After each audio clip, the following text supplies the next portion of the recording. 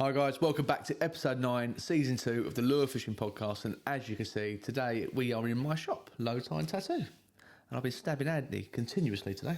He's still a bit bloody, feeling very sorry for himself. Battered. Yeah. Wet. It's raining. Yeah, we're going to quickly do this and then we're going to go and have something to eat because we both feel like we need it. Yeah, it's we're in the cellar of the mortuary. I've dragged Andy down to the basement. So a little bit of history. So the building that my shop is in, it was part of the old council buildings for Southend, like the original council buildings for Southend. And where the lower portion of my shop was part of the mortuary. So this is a bit spooky. We've had some ghost talk today.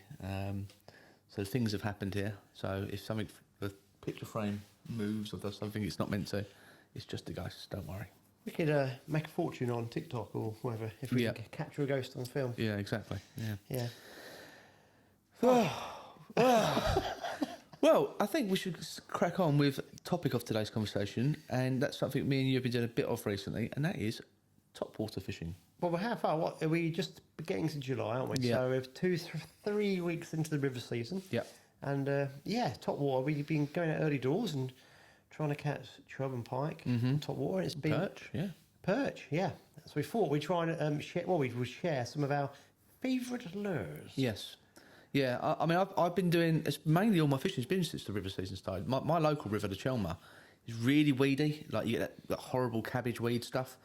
And in times gone by, I would completely write off the summer and early autumn as just not fishable, because even shallow cranks, you're always going to be picking weed off of every other cast, and it just wound me up.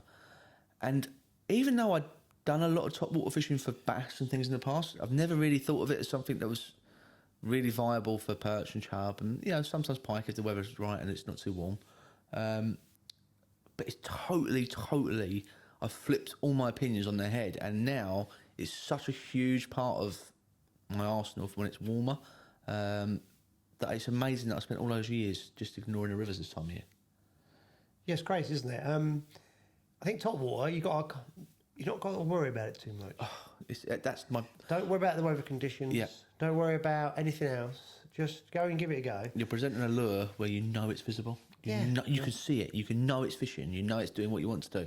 A lot of times when you're fishing lures, there's always going to be an element of guesswork and whether it's presented right. If it's got a bit of weed on it, is it the right colour? Blah, blah, blah, blah, blah, blah, blah. You can see it. It's so visual. You can get instant feedback on what you're doing and whether you're doing it well or not.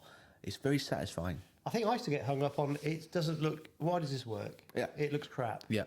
And the more I've lure fished, the less I've worried about it.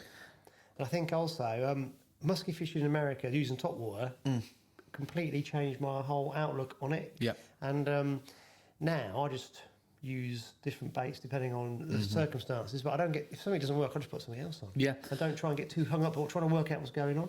What I quite like is this, even with sort of topwater fishing is its own branch, if you like, but there's also branches within the branch, twigs, if you like, that come off the branch. We can go aggressive. You can go finesse. And if you've got a situation where you're trying to present some really ugly stuff, like some duckweed and things like that, there's opportunities to go weedless and all these different things. Yeah. So we're going to run through a few options that we like to use. I'll kick it off with my absolute favourite, I think. And this is one I've been using a lot recently. I've got it in a few different colours. It is... Ow, I'm trying not to prick my hand because the hooks are very sharp. This is the Ilex Water Moccasin. And it's a water dog style lure. And this... The ease of being able to put the action in this lure is unbelievable. Some water dog style lures, you have to really work for it, but this particular one, it's just easy. You use it as well, don't you? I do, yeah. I like this one, yeah. Yeah. I'm sure that one's fatter than mine. I've heard that. We had this conversation on the bank. Yeah, well, it's similar. It's similar. I'll show you mine in a minute. Off camera, yeah. It's similar to the Gunky Megalon, which is this one, but it's not similar in lots of ways. It's a different shape, it's a different profile, it's a different size, and it definitely has a different action. The Megalon is a bit of a quicker, shorter action. The Ilex, the water moccasin, you can really put some nice wide sweeps into it, getting it swinging right out, and I think you can draw fish from quite a long way with quite a subtle lure. It's not a loud lure. It's not. It's nothing like really outlandish. But with quite a subtle presentation, you can pull fish from a long way. These are great for perch. Yeah, that's what I caught my perch from the other day. Yeah. I'm Did sure. you just say that? No, I didn't know. Oh, right. That is what I call it. I was in a bit of a trance mode then. No, just I'd gone in the head again. Yeah, no, I love it. I love it. In fact, it probably is my favourite perch topwater. I would say it's my number one. Yeah, that's the one I would use for perch, and it gives that lovely diving fish presentation. Yeah. Should we mention swivels? Yeah. So this will be out after the fact, but tonight, as we're recording it, I've got a new video coming out on my own channel. It was a really quick session I had on a topwater. First of all, congratulations, 1,000 subs. Thank you. So if you haven't subscribed to Charlie's channel, please go and do that. Yeah, it's been a grind. You've been working so hard on it, and it's now coming to fruition. Isn't it? Yeah. I think the regularity of posting on my channel is starting to pay off. I'm trying to keep up with it, so hopefully people like what I'm posting. The illustrated angler. The illustrated angler. Yeah, I'm sure Andy will post a link in the description. But I have to remember now. So I've got a video coming out tonight as we're recording this, which will be a few days ago as you're watching this. Makes sense of that. Where I do go into this about the swivels and I actually physically show not the difference, but I explain it as I'm working the lure and what it's something we discussed the other day, and it's a conclusion we both come to separately. That the reality of it is, if you're going to be using topwaters, particularly walk the dog style, and there's going to be pike present, which 90% of the time there is going to be pike present, you have to use a trace. Now, what we both learnt separately, and it's quite interesting, this happens quite a lot in fishing, where you get your own conclusions or your own findings and you come to the same conclusion totally separately.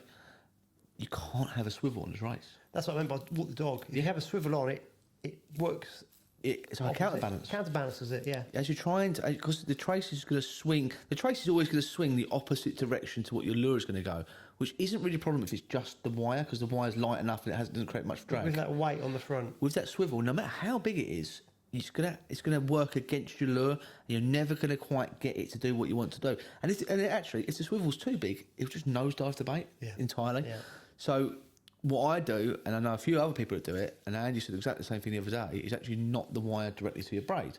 The best knot I've found for that is the Albright knot. And there's different types. Everyone's got their own favourite wires, but we both agree again. The AFW. Get the rubber coated wire. The nylon coated one. So the braid, if it digs in, it digs into the coating rather than actually into the wire. If it digs into the wire, you can damage the braid. Damage the braid.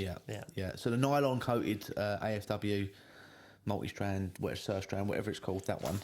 That seems to be. That's what I found is the best one for that. There's other situations where you can knot wire that isn't the surf strand, like the single strand titanium works okay as well because it's not got any rough edges like the multi strand. Does it slip though? But and it doesn't work particularly well with really finessey situations. If you're going that sort of like a little bit stepped up, it works quite well. And again, that single strand titanium is not ideal for topwater fishing anyway, so it's not really applicable here. But that's the multi strand with the nylon coating tends to be the best thing that I've found. And with this lure, the action is so good, you don't want to impede it. You want the lure to do what it's meant to do. While we're touching on this, let's talk about wire traces, because I think just to dip into this and fluorocarbon traces. I don't understand why somebody wouldn't use a fine wire trace for this application, because you're going to get bitten off if you use fluorocarbon. I don't care what anybody says. You've got a pike coming up, smashing, because they hit them aggressively. So hard. Hitting a topwater hard, you're going to get bitten off. Yeah. And I don't say this very often, but I'm right. Normally I say I'm not right, but in this situation, you're going to get bitten off. I can't see an argument. They're going to slash for it. Yeah. They're going to miss it, slash for it. They're going to do all sorts. Well, and they're aggressive this time of the year. If you use fluorocarbon, then you're being very selfish. You're not thinking about the welfare of the pike. For me, in 99.9999% of situations, when I'm using trebles, I've got wire on. Yeah. Anything with trebles. Yeah. No, all right. The jury's out of whether it actually impacts your fishing that much anyway. If it does, it does. If it does, it does. And because the reality of it is, if that 0.1% is there, and you do have to get bit off with a set of trebles on the lure, that's a death sentence. Yeah. Death sentence to the fish. And that pit fish will just stitch his mouth up and that's it, game over. Yeah, it's not fair on the fish. We have to look after our fish stock. So if anyone disagrees, tough titty. Yeah, I'm afraid on this one. We're right. Non-negotiable. Yeah, you need to use it's wire. not up for discussion. Although I would like to hear people's discussion. Not up for discussion. Not for this one. That no. one is that was an absolute. The whole fluorocarbon leader wire debate changes dramatically as you go bigger. Yes. In bait sizes, And not starting small. You've got to go quite big to start using, very big to start using fluorocarbon. That's because the wire can't withstand being bent and cast with such great force. But that's probably a conversation for That's a whole podcast on its own, I think. Yeah. But, come on, Andrew, do you want to show me one of yours? Oh, pass me my box, please, darling. I've got your box. Yeah. So going back to the trace situation, if you take a load of traces and you have your clip already, I like to twist mine. So I've already made up, and then you can just tie your Albright knot on the bank.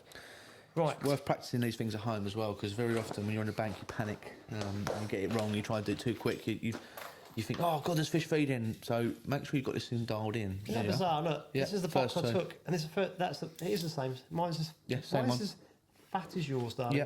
Just looks different because it's I've got the same one here. Yeah. Same colour and everything. Look. Is it? Not quite. No. And that's the other one, isn't it? That's the Megalon. I find this one very difficult to use. It's hard. Yeah, it is hard. It's like I said, it's a much tighter movement. You have to be a bit quicker with the rod tip. Yeah. It doesn't swing out as much. It hasn't got the chunk of the. Yeah, exactly. Right. Here's old school. Classic. This is superb. What is it called, Charlie? It is a Head-on baby torpedo. You know this because you're allergic. And I'm reading it on the bottom of the I was hiding it from the camera. yeah. I mean, when you got it out the other day, I knew it was a Head-on, but I don't think I'd be able to tell you what it was. What's that one called? Pass. Is that another Head-on? It looks like an arbogast. I want to say it's Arbor Spook, but it's not. No. So years ago? Prop baits. Yeah. So these are bass prop baits, and I bought these in the early 90s, but they still work now. Mm-hmm. The noise this makes it comes back in a straight line, but that prop spins. It makes a very little. You can hear it. Just I don't know how you make it, how you kind of replicate the noise, but it just kind of get back that little buzz. Yeah. Buzz. And again, it's to imitate a dying fish, a frog or something on the surface. Yeah, I think this obviously has come from bass fishing, like largemouth fishing, and they do it to the nth degree with things like buzz baits that really huge props. Yeah, cast like a bullet. Yeah, brilliant. I think it's worth mentioning at this point actually that I don't know if we haven't pre-discussed this, but it's something I do. I tend to classify top waters into 3 different categories. So I have walk the dog style or walk-in baits. I have straight retrieve baits, like these, and then I have pause baits, which we'll get onto later, which is a few different types. But yeah, walk the dog style baits, they sort of self-explanatory. You have these sort of straight retrieve baits, like prop baits, the whopper ploppers and things like this, like the ones that have just got a spin. They're all what I would call straight retrieve baits. I've got my own. In fact, another straight retrieve bait is probably your new go-to chub bait. Oh yeah, which I didn't bring. Didn't bring? No. So it is the twins gave it to us. The twins gave us, yeah. I'm going to test you. Do you know what it's called? Cicad. No, it's called It's the Duo Realist Shin Mushi. It's meant to look like a cicada. That's the one. Which is other brands do similar things. The Savage Gear do a cicada as well. But let's get that in a minute. Hold on, I put myself. Going back to prop baits. This is something else I learned in the States. You meant to tune them. Yes. So you can. These things are meant to be. They can bend. And turned, So you actually, when you use them, if you slightly get them in the right angle, you know what I mean? I'll make them straighter or thinner. That's the best way of describing it. I know what you mean. You'll get the blades to turn every cast. Yeah. So don't just use them as they come out of the packet. And if you catch a fish on them, don't just chuck it out again. I wonder how many people do this with lures, tuning lures, because I find myself doing it with crankbaits and all sorts of things. I wonder if many people do that. Well, if someone catches a fish on a crankbait, it's gone out of. You want it to be slightly out of tune. You don't want it to run dead straight. You want it to go off slight kilter, because if they run slightly off, they work better. Yeah. But you've got to keep an eye on them all the time. Not many people, mate. I can guarantee that. And and the other thing is, using this type bait, this is something else I got from musky anglers, is you've got to keep it coming back in the same speed. Yep. Now, I've only realised this while watching other people, because when I was trying to catch a musky on the top water, it was so frustrating. These things come out of the water, they follow you, they're not like pipe, they don't cause a weight. No. You suddenly see a dorsal fin, and you think there's some kind of rubberised. Someone's on the bank controlling this musky because nothing's moving. Yeah. But they're getting their propulsion from lower down, but their dorsal fin's actually still. Yeah. And it's just really freaky because it's Yeah. moving in a straight line, and you're going, and then it won't go to the figure eight, or it won't take. And I go, what's going on? They said you changed the retrieve. I said, no, I didn't. You did. And American anglers are experts at topwater, particularly prop baits, and they absolutely believe 100% that you've got to keep it moving at the same speed. As soon as you slow it down, speed it up, the fish will move off most of the time. Not interested. So I was watching other anglers using prop baits and surface baits, and you can notice they don't get the retrieve right. So if you're using a multiplier, the other thing you have to consider is as you're retrieving the bait, the spool's getting wider. Therefore, more line is coming in per turn of the reel. So actually, you're speeding up the retrieve, even slightly, on your retrieve. So you have to very slightly slow down to keep it going at the same rate. And if you hear, as they're coming through the water with the props spinning, you can actually get the retrieve right with the sound. You get the pitch. Same pitch, So this is why I find using these fascinating, because you haven't even got to catch something. No. And you kind of... You're actually working it. So with a fixed spool, it's easier to keep the speed right, but you can retrieve them too quick. So you've got a kind of... There's a sweet spot. And getting that sweet spot's vital, and you will notice the difference. As soon as you get the sweet spot, your catch rate will go through the roof with these types of prop baits. So I've got what I call, falls into my straight retrieve. There's a sort of a mixture between the duo and these. So this is a cicada-y, walking-y thing with big metal fins that walk side to side, a bit like the old Arbogast jitterbug, a bit like that. But it's also got a prop on the back, so it's got the best of both. This is another Elex. This is the Pompadour Junior. Pompadour. So it's a smaller one. So what we're talking about today, guys, is more chub and perch baits, isn't it? Yeah. Because I could have bought some big pike ones. So we just concentrate on perch and the chub type ones. I saw this one used the other day. It's pretty cool. It's a large, aggressive bait, and it's not always the one. But some days, if they're really on it, it can be great fun. What do you think it's trying to imitate? A frog, I think.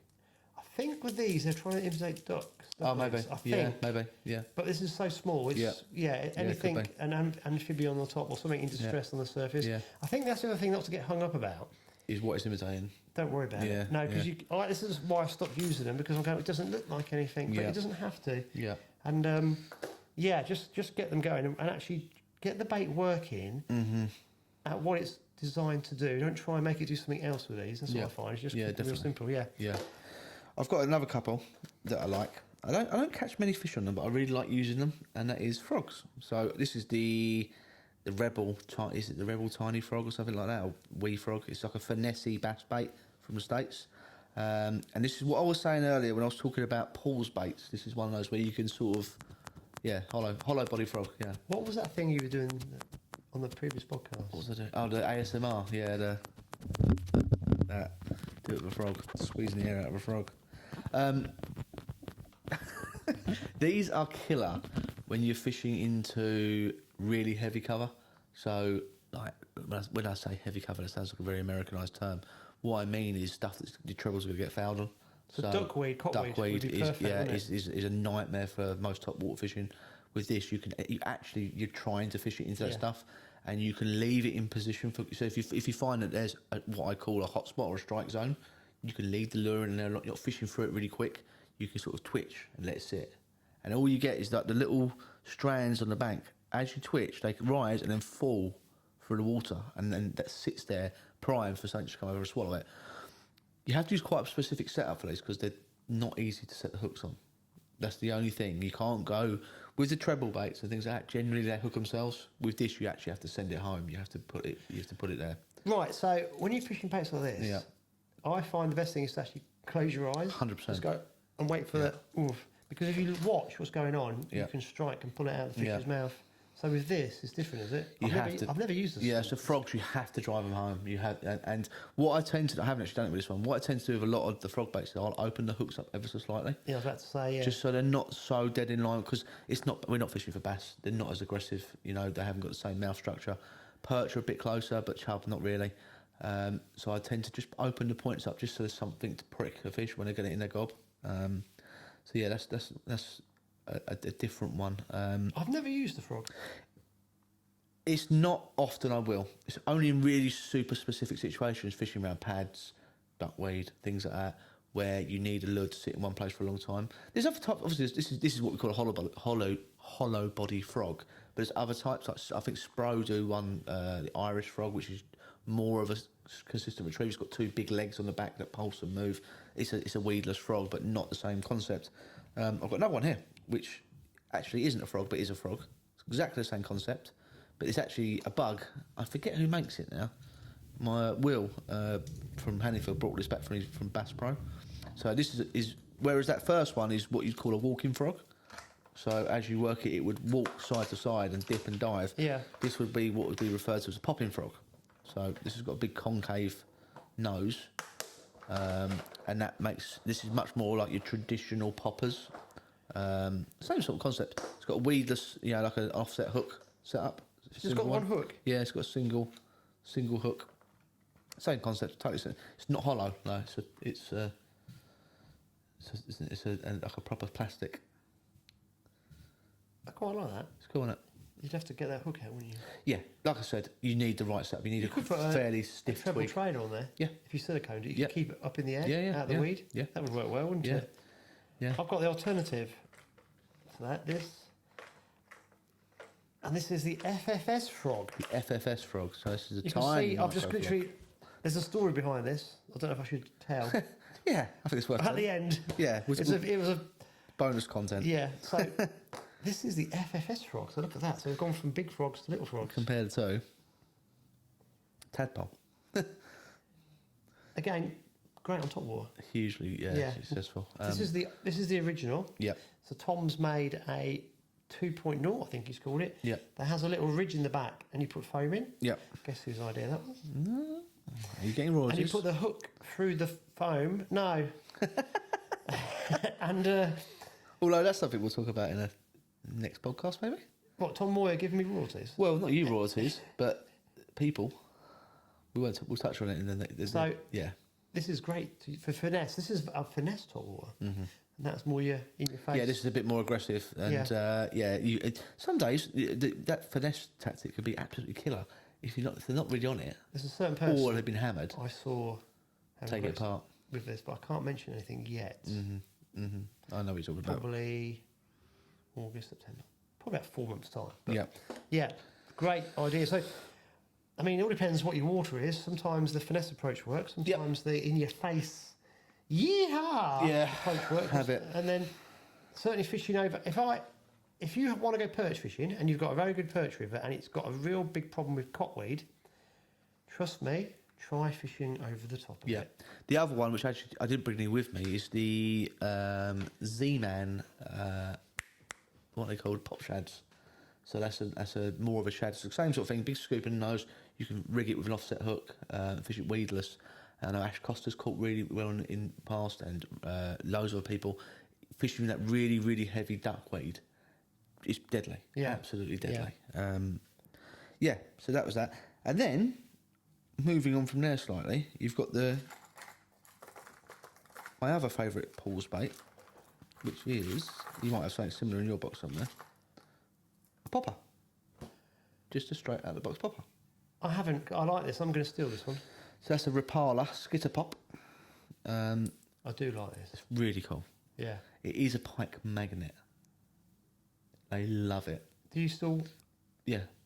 You've got to get the angle of the sweep to get that. It's no good just slashing the water. It has to get that pop. The whole name of a popper. You know? It's got to force that water out of its nose, and get that movement. Deadly, absolutely deadly. But again, not one. The popper itself has gone out of fashion a little bit. But there's some really good poppers out there. Like this particular is my favourite. The Rapala skitter pop. It's a little bit of a smaller nose. I don't think many people fish top water. No. Well, do you know what I found? So, especially with my local river, it's what's the most polite way to put this? There's not lots of experienced lure anglers. There's a few that do it, and there is a few that are very good. But generally, they're people. They're winter drop shot anglers. The carp anglers turn drop shot anglers in the winter, and they don't realise that how deadly. I mean, I'm probably shooting myself in the foot here. That in my part. Yeah. I'm probably shooting myself in the foot here, but top water can be absolutely deadly, and people tend to ignore it. But the popper is Darren Simpkins, I think, caught a really big perch out of our local river on a popper. I think that was a gunky hedora, which is another one I've usually got with me as far as covering poppers. But it's another one, if you know you've got a hot strike zone, that you know that fish are resident, you don't want to fish for it too quick, you can sort of let it sit and prime and wait for that fish to find it. So often you get fish after that lure's been sitting still for 2-3 seconds, where you think, what does that look like? But they have to make a decision, and it's like that erratic pop just instigates something. The reason why I've only got a select few is we literally just bought the box of lures we fished last week, didn't we? Yeah. We just want to show people what we've got in the box. Mm-hmm. And if we just tell the tale, we went somewhere and I used... Let me give hand you that back, buddy. It's just to take this a bit further. I think I put that on first, didn't I? Yeah, probably. Did I?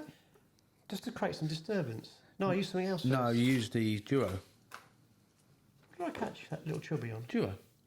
Did I catch it on first? The one at the first spot? Yeah. Yeah, it was on the duo. Oh, right, the duo, yeah. I lied. I was going to tell you tail then, but I'm going to get this the wrong way around. So I used the duo, caught one, and then I just wanted to get a bigger disturbance and put different things on.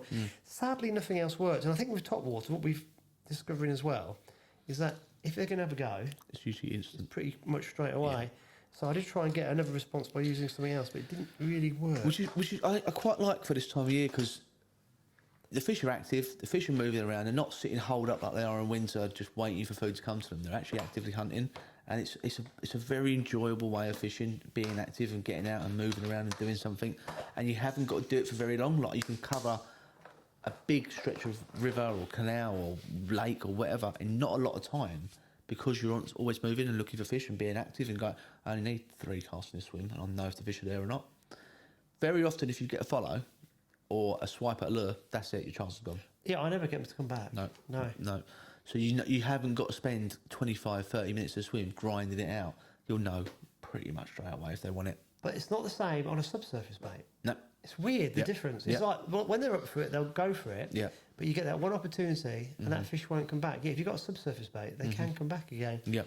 Very, very interesting. Another one I should have brought with me, really, but I didn't. I've been using early season when it still wasn't that hot, was the headbanger Spitfire, which is a totally different concept. It's sort of a cross between like a walking bait, because the back end of it walks side to side, and then like the scoop at the front is almost like a popper, but then it's a straight retrieve bait, because it's sort of it's a strange bait.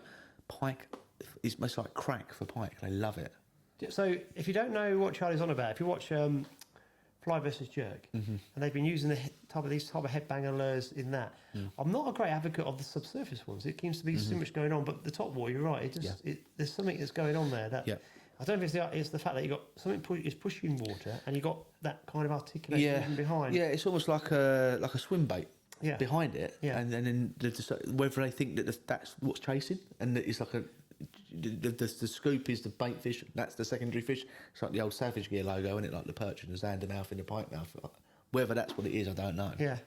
Whether it sounds like a feeding response rather than it sounds like a bait fish. I think because it's warm, fish are aggressive. Hugely. And therefore there's a lot going on. It's kind of, and it's those articulating points of movement. I think that's why it's really so good. Yeah. While we're talking about FFS lures, we were going to do this week, but we didn't feel we didn't have enough time. Tom Moyers started off an affiliate scheme, so we will touch on that next week. But while it was in my head, that's what I was talking about earlier. I was talking about royalties. So I was hinting, but not wanting to give it away. Homework. I was going to talk about in next week's episode. We're going to look at the affiliate scheme as part of the podcast, and how you can get involved. And how it's a great idea because what Tom has always done really well, and I've always said this, is he could create a community. Yeah. And it's not just, I don't just mean a Facebook community group or anything like that. I mean actually people that care about the brand. This community group's got over 4,000 people. I know, and the interaction between them is brilliant. A lot of these groups are dead. They've got all these people, but they don't actually talk to each other. The people ask for advice, they share photos, and it's good and it's active. We have a lure fishing podcast community group. We do, yeah. But the person running it is useless. Yeah. Me. So it's one of the plans to do in the future. I don't know quite how we're going to do it yet, but there's all these plans. Maybe get someone else to moderate it. Would be. Yeah. That's a good idea. Yeah. If someone out there would, I don't know if I haven't spoken to you about it. If someone out there would like to be the moderator of it, because I have all the best intentions in the world and then forget. And So, time. and time, yeah. Time is precious. Should we tell the tale of woe? That wasn't woe. Yeah, go on. I think it's quite. It's one of those stories that you could probably think, oh, you shouldn't say that in the public. Yeah. But it happens, and it's quite an interesting one. So I'm going to say it, but I shouldn't say it. So, that was my trace, and this was my braid, and there's about 10 foot of braid that was on here. I was chub fishing, but I used a trace. And a little pike about £3 took my lure, which was okay because nothing was happening. And my braid parted for no reason at all, just literally, as you can see, about 8-10 foot from my trace. And it was my favourite chub lure ever. Don't know what they're called. they are called the man's baby 1-. So, one, I was really pissed off that I'd left a bait in a pike's mouth. And two, it's my favourite chub lure ever. So, there's nothing you can do. You're thinking, well, fishing, you get the odd cock up, don't you? Yeah, it happens. We're all Yeah. human. What you try and do is minimise how often it Had a happens. trace on. Yep. It didn't part the knot. You're really particular about looking after the braid on your rods as well. If anyone's ever fished with Andy in a boat, he gets super anal about where his rod's sitting on the boat because he doesn't like his braid getting touched, which is I do, fair. don't I? Yeah. Yeah, which is fair. And that rod actually goes in that's Like a fully enclosed sleeve, Yeah. so the braid's never in contact with anything. no. So but So it goes to show you, even if you put all the right things in place. it just happens. I don't can know what happened. It Yeah. was just one of those things. So I walked up the river and I've come back. So I've got my secondary one on, and I've chucked into the same little hole where I sometimes get a nice big chub out of, and this big pair of white lips come out, thinking, here we go. And I'm looking, going, they're not white lips. That's my lure. Mm-hmm. So the same pike was coming out of the cover, like this attached here, and thankfully it took this lure. Yeah. So I caught that pike and both lures, so I could rescue, well, one, I could unhook the pike, and two, I could rescue the lure. So it does show you in the summer how Unfazed, yeah. totally different. And it was all shocking, really, 'cause it was pulling all this braid behind, so I was so relieved to get the bait out of it. But it just shows you that things do happen, and sometimes if you do rest it, that pike will come back. So that was like, touch wood, lucky. Yeah, very. And I'll put a picture of him, show everyone the picture, but it's not something you'd want to broadcast. I mean, I thought, well, you didn't even rehearse this. It's actually something that happens, and it was a good outcome at the end. Yeah. And I had done everything possible not to have a cock up, but it still happened. I think it's worth mentioning that all the little 1% that you add up, like a lot of people, like the tuning baits and things like this, all these things that a lot of people don't do. Even if you do all those things just happen sometimes. It's just part of being human, and you make mistakes, and you haven't even made a mistake. Something's happened, something wrong, out of your control. It's not like you tied a bad knot, or you've done something you think, oh, that'll be all right. And they even put the rod in the sleeve to protect everything. It still happens, but there we go. So it still happens. That's the reality of fishing and life. Yeah. That's what's worth sharing. A bit of normality for people. When I lost it, I did have a few casts thinking, I wonder if I'd never go. Now, normally, like in the autumn and winter, no chance. And again, top water, no chance. But just by chucking the right lure back in, that pike still wanted to have. But it came at it was weird. It was like inquisitive. Really? And as it come next to it, I kind of hooked it in the scissors. Yeah. And then I got my net quick scooped it just so I could unhook it and make sure it wasn't snagged with the other lure. And that being an old diner, I used to bait fish all the time, and I think I've done it twice in the last 2 seasons now. I'm not going to get into this debate now, but that's what worries me a little bit about snap tackles and how bait fishing hasn't developed over the 100, 200 since Douglas Jardine came up with it. Yeah. And you think my lure fishing's anal and everything I go beyond. But I think worse. Is it though? Not in my head. I have to make sure nothing can go wrong ever. Yeah, I think there's still just as much room for people to be irresponsible in lure fishing. I think if you lose... Oh, in lure fishing? Yeah.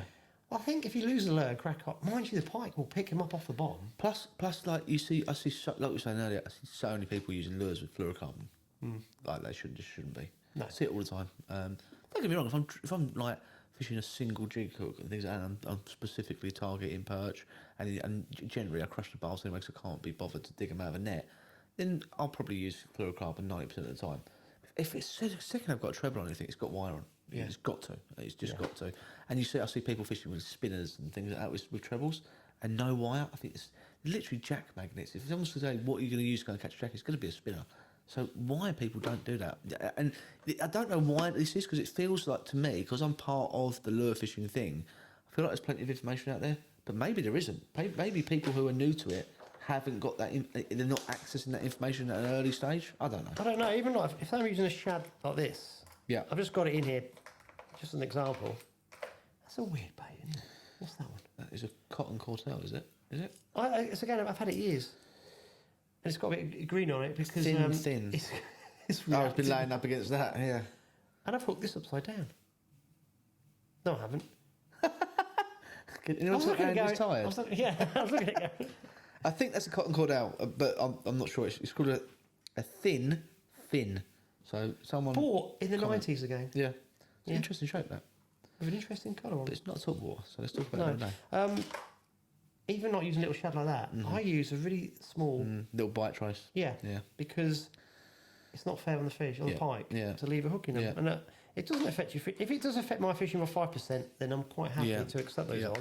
Yeah. But with the smaller the lures, you must use a trace. Yeah.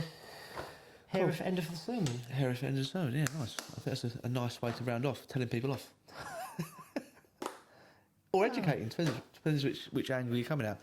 If you're fishing just for perch Yeah. and a single hook, then I can get it. But as soon as you're right, as soon as you put a treble on, it stitches up a pike's throat. It's not found the pike. Yeah. Also, I wish... Sorry. Don't go on. Food for thought here. If tackle companies started producing ultra-sharp hooks on strong wire that somehow had the capability to erode quickly, that would be awesome, wouldn't it? I know it's always been spoken about as a possibility that these hooks erode, but the problem you've got scientifically, hooks need air. Like the metal needs air to oxidise and then erode, and it needs oxygen. Oxygen, yeah. So it's a hard one. I don't think the science is there yet. Paper hooks. Paper hooks. We'd all catch a lot less fish. There's just completely off subject. There's a video knocking around the internet somewhere that I viewed years ago, and it always pops into my head when we talk about things like this. A fly angler in America who absolutely loves fishing as much as me and you. But you know what he doesn't use? A hook. A hook. He'll go fishing for trout on the river with a fly that he's cut the hook off, and he gets as much pleasure from just getting the bite, and then that's it. He hasn't landed a fish in 20 years. Just likes getting the bite. I don't know if I could do that. It's like edging, isn't it? You want the pull, don't you? Yeah. Right. Talking of edging, shall we round it off and give people something to look forward to next time? Charlie's got to go to parents' evening. Oh yeah, I've got well, we're going to something to eat first, and then we're going to go to parents' evening. See how well. He's got to go and see his teacher. Not well. And be told off. My kids have done this year. Stickers, if you want stickers, guys, let me know. Send me a message. I shall post Also, them out to you. can I just say, we haven't received a single bleeding parcel from anyone this year. No. So try harder. We are purposely not getting many views because we want a small niche family community. It's the same 170 people watching us. You know who you are. So we expect... Try bloody harder. We expect Wayne Fletcher et al. To get some lures so we can show people. Yeah. So send us stuff so we can actually make it not just about what we're doing. Yeah. We're running out of ideas. No, we're full of bullshit. We can talk we are full of that. Yeah. It would be nice to incorporate some of the things. Nice to have some input. Yeah. And ideas for guests. We've got a few lined up. Things will change. We're in the tattoo studio this week, but we have a permanent location. Yeah, which we sort of teased earlier in the year, and it's after a few bit of jiggery pokery, we've got to something in the end. Yeah. Might even get the old pole dancers out. That's a totally different podcast. Lure fishing after dark. Is that fans only? Only fins. I'll credit Brad Hunt for that one. Right, let's wrap it up. I've no idea how long this was, by the way. No, never me. We made it to the top of our head. Yeah. Right, thanks for watching, guys, and we'll see you next time.